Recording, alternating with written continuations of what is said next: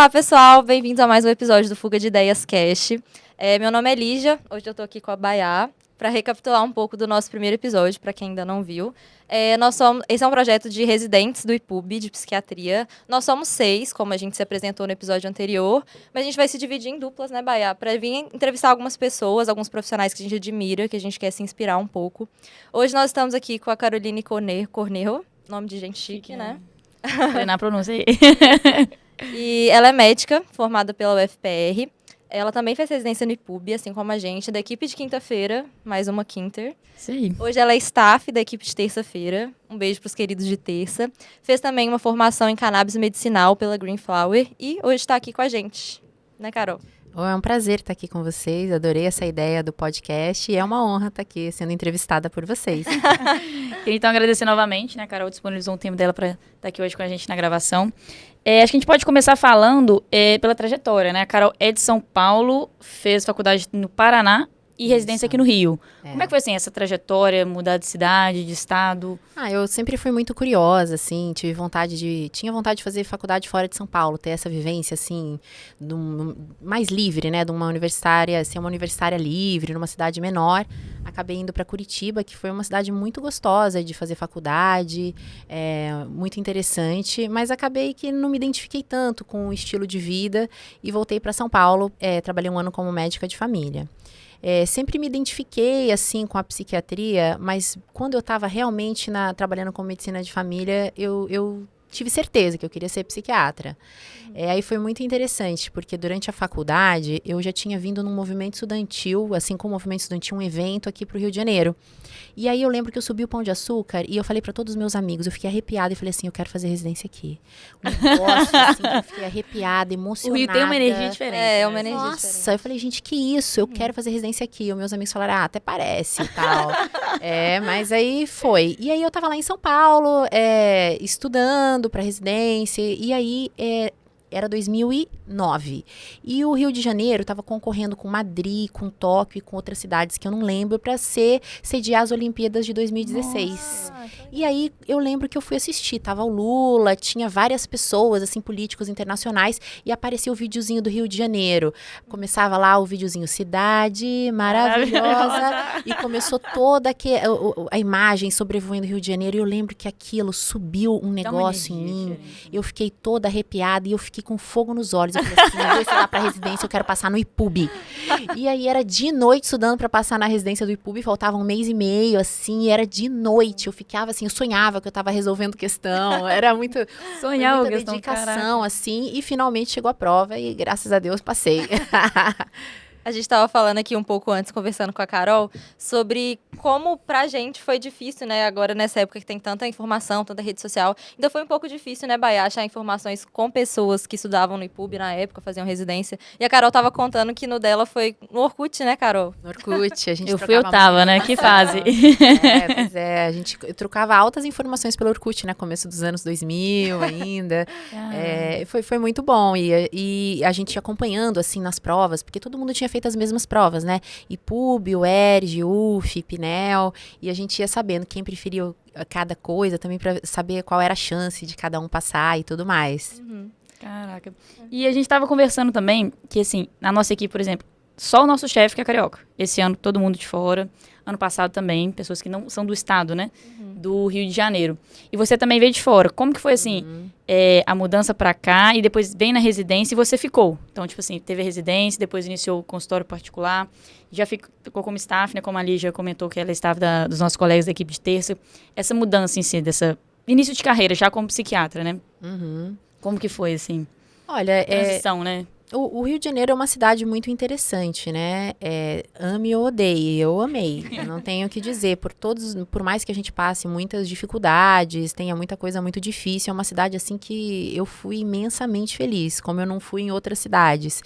E eu mesmo que a gente sabe que as condições de trabalho, especialmente para quem quer trabalhar no SUS, como foi o meu início de carreira, sejam difíceis e um pouco desanimadoras, eu falei, não, vou encarar, eu quero morar aqui que adianta ganhar muito dinheiro e morar num lugar que eu não quero? Não adianta. E aí encarei, comecei a trabalhar no SUS, né? Trabalhava no hospital que não existe mais agora, Onísio da Silveira, na internação.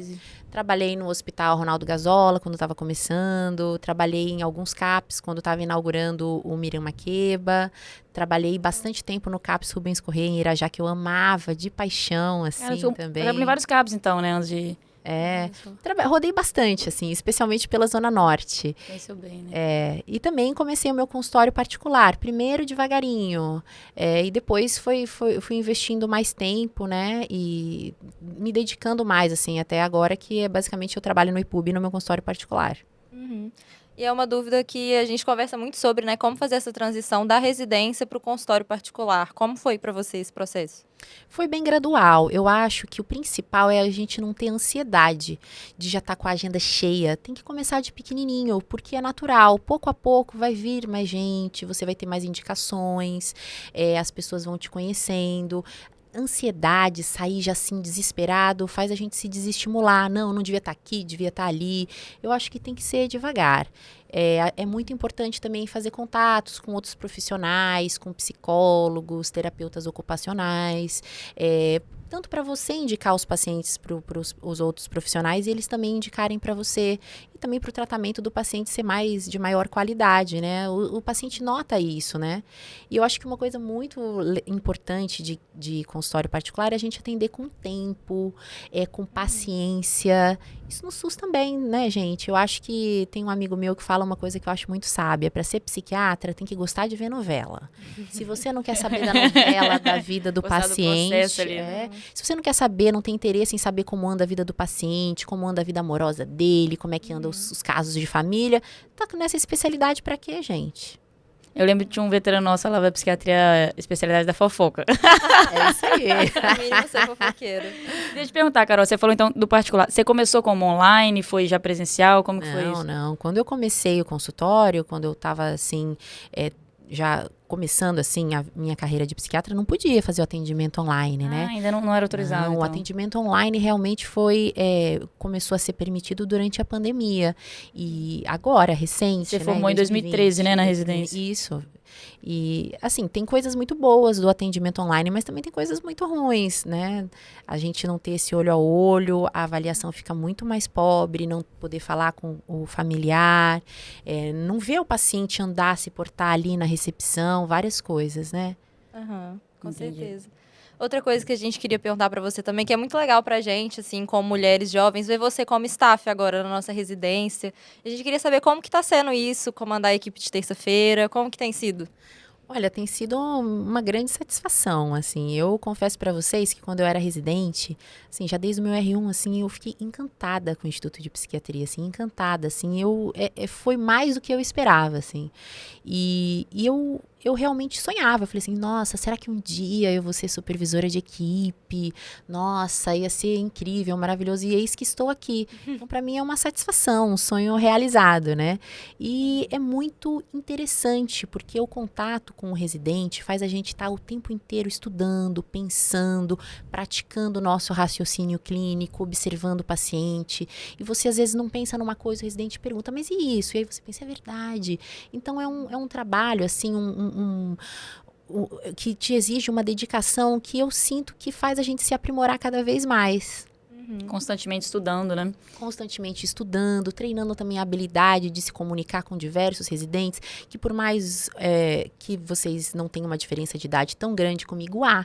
E é diferente a gente se relacionar e se comunicar com as gerações mais novas que estão vindo, né?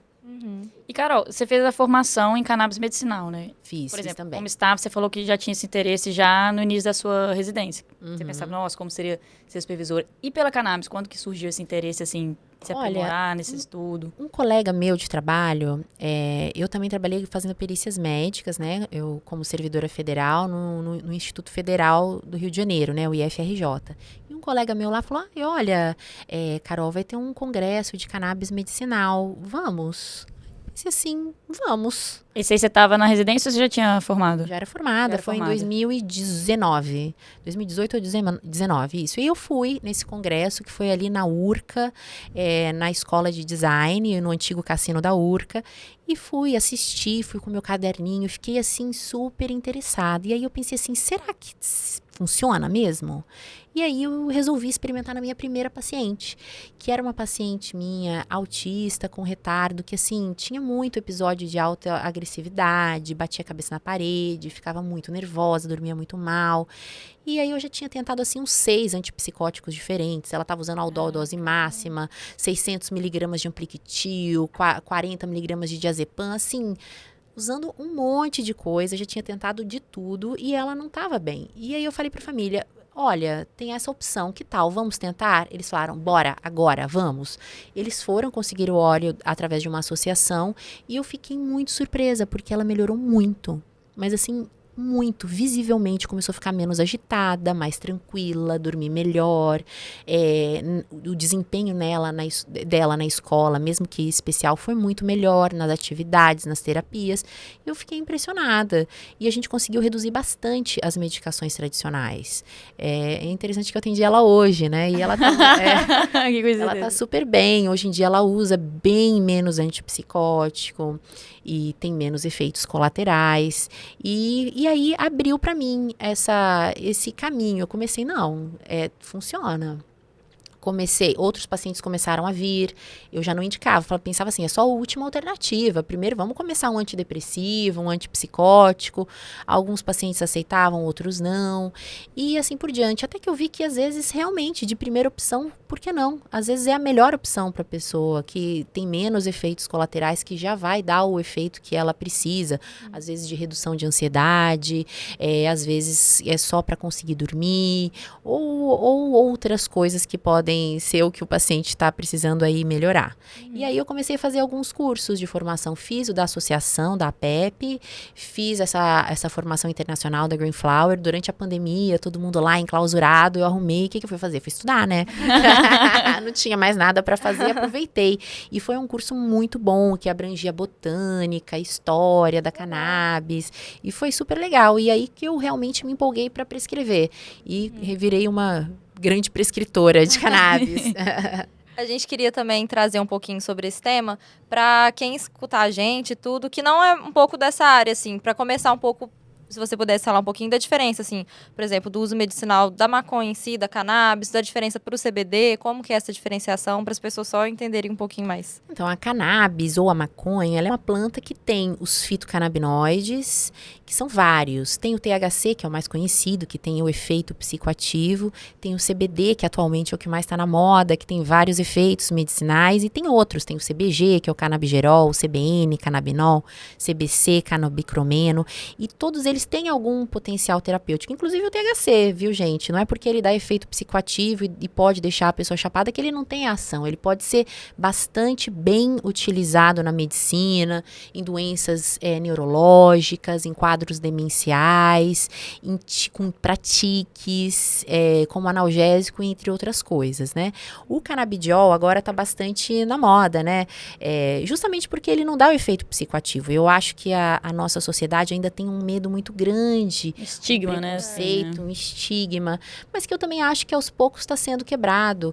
Tem vários familiares de pacientes meus, assim, pessoas bastante conservadoras que perceberam o ganho e a evolução que esses pacientes tiveram com esses produtos à base de cannabis, e hoje em dia são defensores dessa clínica, né? Uhum. A gente tinha aberto no nosso Instagram uma caixinha de perguntas, né, pro pessoal, dando certo, já um spoiler, que a nossa entrevista de hoje seria sobre um pouco também de CBD. E uma das perguntas que surgiam eram, tipo assim, especificamente algumas condições. Alguns perguntaram de dor crônica, alguns perguntaram de insônia, alguns perguntaram para ansiedade também. na sua prática e também da sua formação, o que você responderia para esse pessoal? Olha, para todas essas coisas que vocês falaram, pode ser útil um tipo de óleo de cannabis, com certeza. Eu falo que o pretinho básico da terapia canábica é o óleo rico em CBD full spectrum. Full spectrum significa integral, né? Mas em inglês é um óleo integral. Ele vai ter todos os fitocannabinoides, os terpenos, que são aquelas moléculas que dão cheirinho às plantas, e os flavonoides, que dão cor e sabor.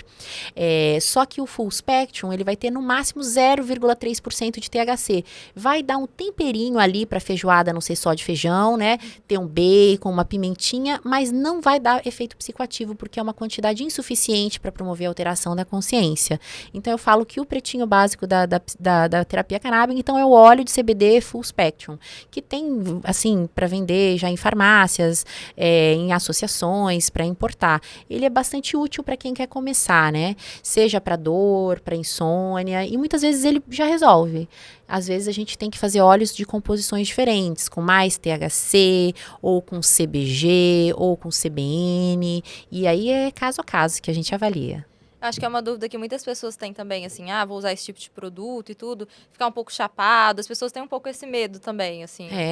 Achar que vai ser a mesma coisa que fumar maconha, por exemplo. Uhum. Eu acho que a formação médica também, ela ainda não fala do sistema endocannabinoide, ela não fala dos derivados de cannabis, dos produtos de cannabis na formação médica. E é uma dúvida que não só os pacientes têm, como os médicos. E uma coisa que eu fico, assim, até surpresa, é que às vezes o paciente chega ao consultório sabendo mais de cannabis e dos produtos à base do sistema endocannabinoide que vários médicos. Então, eu acho que há uma necessidade da gente aprender mais. Com certeza. Não dá pra fingir que não existe, sabe? A gente que formou por agora, né? Na minha faculdade, por exemplo, a gente não teve nada falando sobre isso. Você teve, Baia, essas experiências na faculdade? Assim, pontual em farmaco, de fisiologia, mas pouco se fala, né? Como tem um meme da Lígia, pouco se fala, literalmente pouco se fala. É uma coisa mais optativa, assim, geralmente, né? Não é algo que tá na grade, curricular e tudo. Mas os pacientes chegam, e isso é um fato. A gente tem que saber alguma coisa, mesmo que seja para não prescrever. Falar, olha, não gosto. Explicar assim, todo mundo tem suas preferências. A verdade é que a gente, na prática, a gente adquire as preferências. Pode perguntar para qualquer psiquiatra, qual é o seu antidepressivo favorito? A pessoa vai falar. É o que ali tem mais prática, que teve boa experiência, os pacientes melhoraram, tiveram menos efeito colateral, e acaba que ele, pegou um agrado por aquele ali, criou uma simpatia. Sim. Outra pergunta que tinha muito, né, no nossa caixinha do Instagram era sobre efeitos colaterais. Alguns perguntavam, você já falou um pouco também sobre se indicava apenas como falha terapêutica, como última opção, ou, como você já mencionou um pouco, por ser primeira opção já em algumas situações. Na sua prática, na sua experiência com seus pacientes, quais principais efeitos colaterais e indicações que você mencionaria? E primeiro, assim, falando dessa questão de não ser de ser a primeira ou a última opção, varia, assim. Tem casos que eu acho que vale a pena, assim, de primeira, mesmo que o paciente não sugira. Agora, tem pacientes, especialmente aqueles que seguem uma linha mais de produtos naturais, de serem contra remédios, eles muitas vezes chegam ao meu consultório querendo um produto à base de cannabis e a prescrição. E às vezes você vê o paciente está com uma necessidade muito gritante de um outro tipo de medicação. Aí a gente tem que equilibrar ali os pratos e falar assim, olha, pode ser, mas eu acho que você precisa de outra coisa também e tudo mais. Assim, tem de tudo. Mas eu costumo ouvir muito o meu paciente, assim, se ele quer um produto à base de cannabis, ele não tem contraindicação, ele não é psicótico, ou sei lá, ou se não tem um familiar muito próximo com quadro psicótico, eu costumo prescrever. E quais são as principais indicações, ao meu ver, assim, dores crônicas, ansiedade, paciente que tem muito efeito colateral com o inibidor da recaptação, especialmente aqueles que têm efeito prejuízo na vida sexual, ganho de peso. Acho muito bacana para retirar também benzodiazepínico, aqueles idosos que usam benzodiazepínicos há muito tempo e querem tirar, é muito bom usar medicação à base de cannabis, né?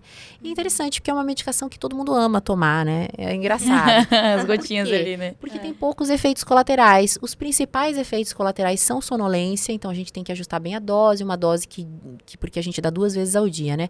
Que a diurna seja tolerável para o paciente não ter sono. E em algumas pessoas, os óleos de cannabis, o veículo deles pode ser, em geral, os importados são em óleo de coco, né, que é o triglicerídeo de cadeia média, pode ser em azeite de oliva, pode ser em óleo de abacate, óleo de milho, e alguns desses veículos podem dar azia, né? Esse é o efeito, assim, que é mais desagradável, que aí às vezes realmente até atrapalha o uso da cannabis, a azia. Quando isso acontece, eu tento trocar o veículo. Às vezes só de trocar já resolve. Já chegou a ter um paciente que, por conta desse nível de azia, não topasse mais? Ou... Eu tive uma paciente que aí ela trocou o óleo 2, 3 vezes e aí depois ela achou um que deu certo, assim. Ela não quis trocar, ela não quis parar porque ela se beneficiou bastante. Tanto da ansiedade, tinha uma questão assim de comer mais, não diria compulsivamente, mas comer bastante, né? E ela conseguiu se controlar muito melhor também usando o óleo de cannabis. E para ela valeu a pena trocar o veículo. Mas tem muita gente, assim como todos os remédios, que toma também, não funcionou. Não serviu de nada para mim. Não serviu, não vale a pena. Vamos para outra coisa. E é muito legal trazer esse assunto aqui, porque é um assunto que ainda gera polêmica, né, em várias discussões e tudo. E como que é o processo para conseguir esses óleos, por exemplo? Tem na farmácia? Como que os pacientes conseguem quando você prescreve? Tem 3 maneiras de se comprar óleo de cannabis no Brasil. Uma é o médico prescrever uma receita azul e a pessoa já pode comprar aqui na farmácia da esquina. Tem várias opções, várias marcas. A outra é a gente prescrever um óleo de associação, né? São poucas as associações realmente muito sérias, que tem os óleos com perfil e todos os testes, que não tem, que o óleo não tem contaminação por agrotóxicos, por fungos, sabendo a quantidade ali estimada de fitocannabinoides. Eu prescrevo muito da APEP e da Abrace. E tem os óleos importados, que a gente faz uma receita simples, branca, não é nem receituário especial. E o paciente vai ao site do sougov.br, consegue a autorização da Anvisa em 2, 3 minutos e compra com o representante, né? Ele faz uma importação de produto à base de cannabis e recebe na casa dele pelo correio entre 15 e 20 dias. Então, a minha escolha costuma ser na base, assim, os óleos de associação costumam ser mais baratos. Então, se a pessoa tem rapidez, ou tem que ser a associação, ou tem que ser o óleo da farmácia aqui. Se ela pode pagar, receita azul, sai aqui na esquina, já está com óleo de cannabis na hora. Se quer um óleo mais concentrado, algumas posologias especiais, aí tem que ser o importado. E esse pode pagar? Qual que é a faixa de preço? Tem Os de óleos acessibilidade? costumam, assim, um óleo de 30 ml, que é um frasco que dura mais que um mês, costuma custar uns R$700, tá nessa faixa. Costuma ter entre 900 e 1.000 gotas. É mais ou menos isso. Também duram bastante, assim, entre 2, 3 meses. Claro que depende da quantidade de gotas que a pessoa usa, né? E você citou algumas indicações, né? Questão da ansiedade, você citou da sua paciente autista, né? Que tinha muitos casos de agitação, também para dor crônica. Na sua prática, assim, qual é o que você mais vê resultado, assim? Qual queixa que você acha que com o óleo dá o melhor resultado para o paciente, que você, na sua prática, percebe? Olha, eu gosto muito de prescrever para criança autista. Claro que não são todos que respondem, como eu falei, como todas as medicações, não é milagre, né? Mas assim, você vê eles sustentarem a atenção por períodos mais longos, interagirem um pouco mais, ficarem menos incomodados com sons, com texturas. Eu acho muito proveitoso. Eu acho que junto com as terapias, o óleo de cannabis, as crianças autistas conseguem ter uma evolução superior. Tem uma idade mínima para você começar, assim, por exemplo, da criança? Tem uma idade mínima para Olha, minha paciente mais novinha que usa óleo de cannabis tem 3 anos. 3 aninhos. 3 aninhos, Ela usa pra quê essa daí? Ela é autista. Ah, ela é autista. E você tinha citado também uma contraindicação, né? O paciente psicótico, quando tem uma história de um familiar próximo. Tem mais alguma contraindicação? Eu não diria que é uma contraindicação absoluta. Eu não usaria produtos com doses altas de THC, né? Alguns óleos de associação, mesmo sendo ricos em CBD, a proporção de THC é alta. Então, porque é a proporção da planta. O óleo da associação, eles são feitos ali de diferentes espécies de planta. Por exemplo, Harletsu, White Widow, Purple Rack, tudo isso são nomes de espécies de maconha. Tipo laranja Bahia, laranja lima, laranja seleta. Esses são os nomes das cannabis. E o óleo é extraído dessa planta e ele tem a proporção que aquela planta tem. Então, tem THC. Pode ser rico em CBD, mas tem THC. Às vezes, numa proporção de 1 para 10. E se você usa uma quantidade maior de gotas, aí, para um psicótico, pode não cair bem. Então, existem... eu até posso prescrever para um psicótico, mas aí eu prefiro óleos que não tenham THC, óleos que a gente chama de broad spectrum, que aí são feitos pela indústria, que eles tiram ali para um processo de cromatografia o THC e os derivados. Vou fazer uma pergunta, a questão da parte que você falou de staff pelo início da carreira. A gente estava com uma pergunta também, que às vezes muitas pessoas que assistem a gente tá para começar a residência ou já está na residência. E você como chefe de uma equipe, né? O que você indicaria assim como recomendação para fazer uma boa residência? O que um bom médico em formação deve preconizar? Seria o residente ideal. O residente ideal para Carol Cornejo. Eu acho que o residente ideal tem que lembrar uma coisa, que ele vai ter a vida inteira para trabalhar. A vida inteira para caçar emprego e fazer dinheiro, mas a residência é só uma vez. Então, aproveita muito esses 3 anos de residência, faz bonito, estuda tudo que tem que estudar, aproveita as aulas, conhece as pessoas, fala com todos os staffs e absorve tudo que eles têm para passar, porque é uma vez na vida. Então tem que aproveitar. Eu já fui residente, eu sei, a gente reclama muito. Aqui não tem supervisor, aqui não tem isso, não tem aquilo, a comida é ruim, ou é boa, ou sei lá o que, ou é pouca. Mas a gente tem que ver as partes boas. E o Instituto de Psiquiatria tem bastante recurso, tanto de espaço quanto de pacientes incríveis, riquíssimos em psicopatologia. Então é um momento de aproveitar. Uma coisa que a gente queria perguntar também, como você foi da equipe de quinta, nós que somos residentes do Sérgio, né? Essa parte da psicopatologia, que né, a gente trabalha muito na equipe. Como que tem sido isso para você? Como isso foi essa inspiração para você como staff agora?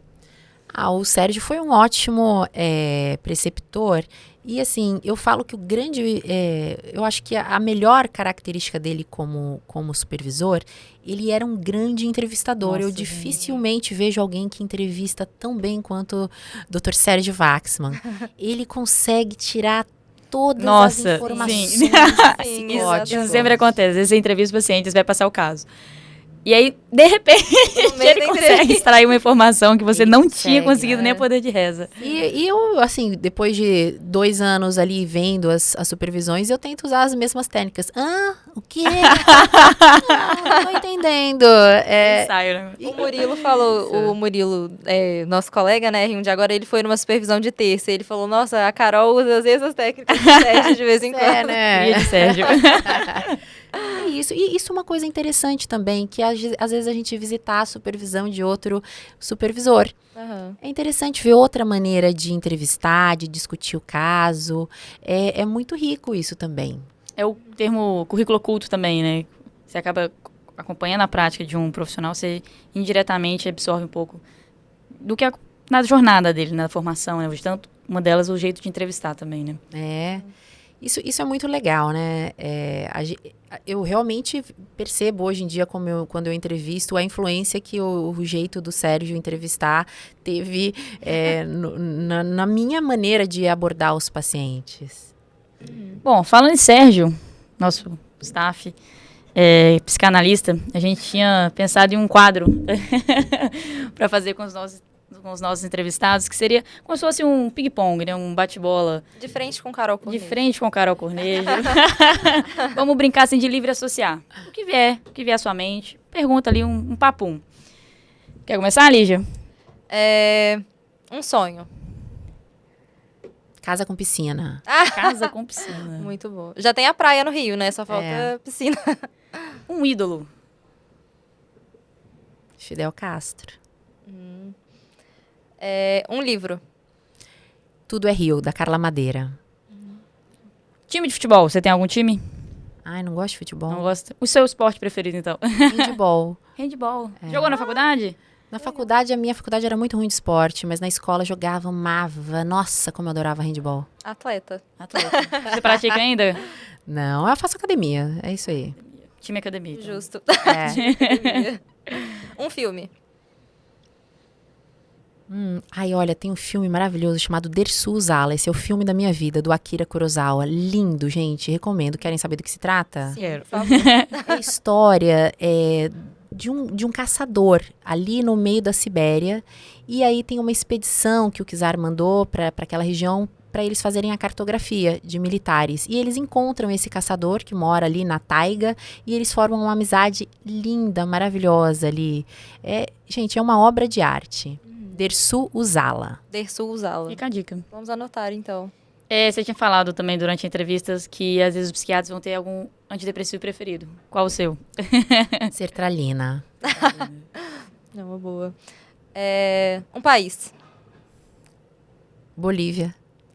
A gente eu estava tava conversando das origens. fatos sobre Carol, sobre suas origens, né? Que a sua família é da É. Bolívia. Conta um pouquinho pra gente como que foi isso. Você falou que a sua família ainda mora lá, não é? Parte A dela. minha mãe é brasileira, paulista, mas o meu pai é boliviano, né? Então eu tenho, acho que até a minha formação, o caráter é uma coisa bem assim, metade brasileira, metade boliviana.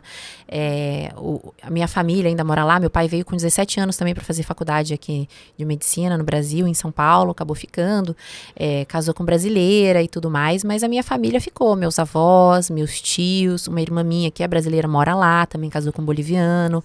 Então tem muita influência, assim, no jeito de ser. Os bolivianos são muito obstinados, vão atrás, são simpáticos, mas são mais fechados também ao mesmo tempo, para falar da vida pessoal e tudo mais. Eu fiquei curiosa agora, falou do filme, uma série. Você assiste série, tem uma série favorita? Eu tenho várias. Essa é difícil selecionar. Mas eu acho que, assim, uma das que eu mais gostei foi Game of Thrones. Esse era um fenômeno absoluto. Quem é fã. Eu não assisto, mas eu lembro, assim, na época da faculdade, domingo à noite, era uma febre no grupo do WhatsApp, assim. Era um fenômeno absoluto. Era um fenômeno. E depois, o final, dizem que foi meio... Foi muito decepcionante. Uma pena. Mas sem spoilers, pra quem tá assistindo ainda, talvez aí retroativamente. Sim. Bom, tem alguma outra? Alguma outra curiosidade Acho que foi isso. sobre Carol? Acho que foi isso, né? Bom, agradecer novamente a disponibilidade da Carol para estar aqui hoje com a gente conversando. Foi um prazer. A gente agradece muito a sua presença. A nossa primeira convidada, mais que especial. Estreando aí, ó, de quinta. Estreando. Pra quinta.